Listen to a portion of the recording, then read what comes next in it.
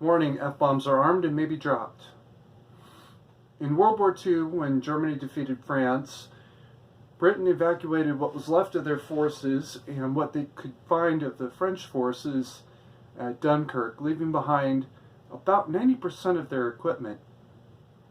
This left them desperately short of basic infantry equipment like rifles. Worse, Britain is facing an imminent threat of invasion. This is not a hoax, this is not a threat, this is not a psychological game that Hitler's playing. No, this was a real planned invasion. In fact, most people forget that Germany did invade about half a dozen of the Channel Islands, Jersey being one of them. What are they going to do? Well, first thing they did was they pressed into service old men and young boys. This is what happens when any country is facing immediate and actual invasion. Iraq did it, Panama did it, Vietnam, North Vietnam did it. Everybody does it at some point.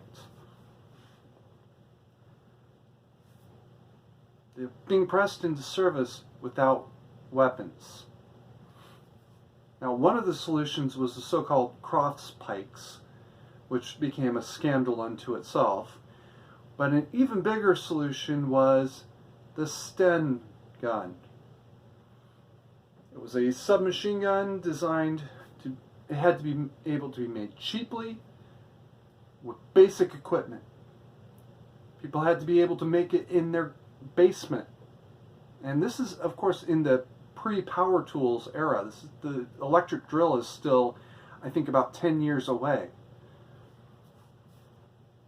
And that's the conditions that they had to be made under. By God, they did it. Someone at British Department of Defense, Ministry of Defense, had a bright idea.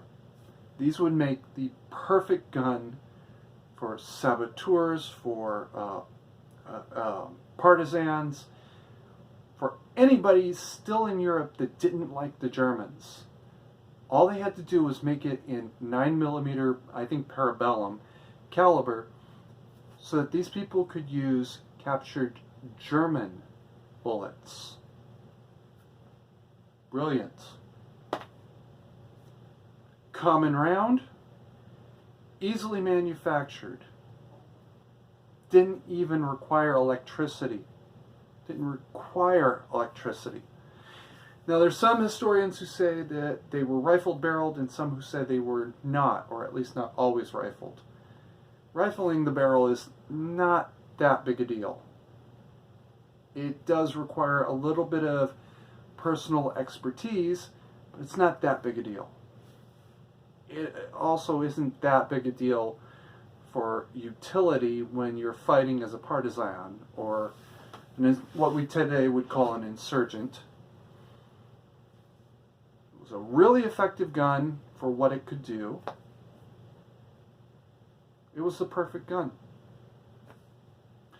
Flash forward to the late 90s, I believe it was, and a man named Peter A.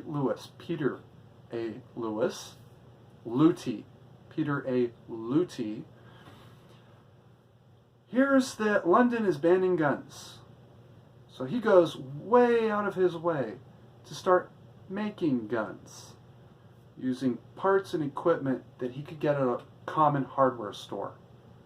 Things that wouldn't even draw a second glance unless you happened to know the man and knew what he was up to. Most people didn't until he allowed himself to be arrested the first time. He liked playing this little game with Scotland Yard.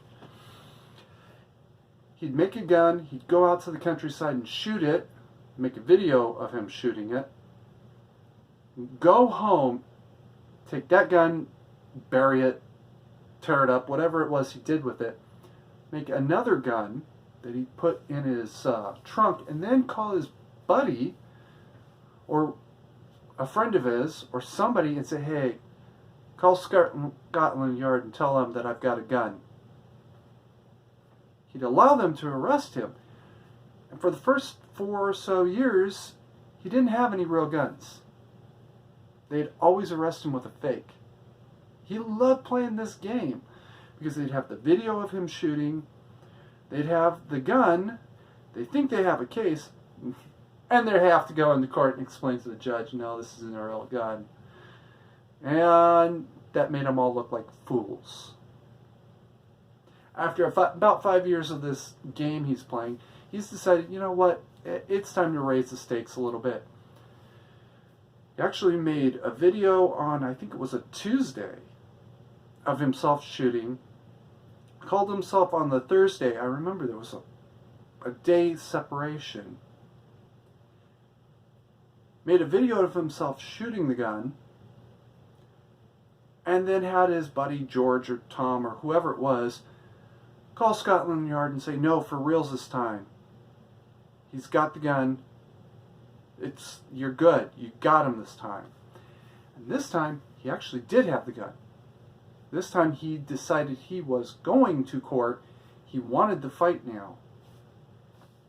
He also had a little bit of money from supporters that wanted him to take the fight to the next level. Unfortunately for him, the British, the Crown Court said, yep, you're guilty. He went off to prison. I think he did 5 years for that. But he sent a real clear message all the way up. Gun control never works. I've been doing this game for 5 years now, making you look like fools. Believe it or not, the Marquis did that to the Germans too. And matter of fact, it's possible he heard this story. A Marquis member had this big storeroom, about 50 StEn guns. He waited until night. I don't know what he did with these 50, but he made those disappear, put 50 fakes in, allowed the Gestapo to come in and arrest him. When they did, they found 50 StEn guns. Hey, we got a major haul here, right? They have him in court and he says, no, those aren't real guns. Those are all fake. They had to test them, each and every one of them, individually. None of them worked, and one of them actually exploded in the shooter's hands. That must have been an awkward report to write for the testing supervisor. Oh, yeah, one of my people was dismembered and possibly even killed testing this gun that blew up in his hands. I'm glad I'm not the one that had to sign that one, huh?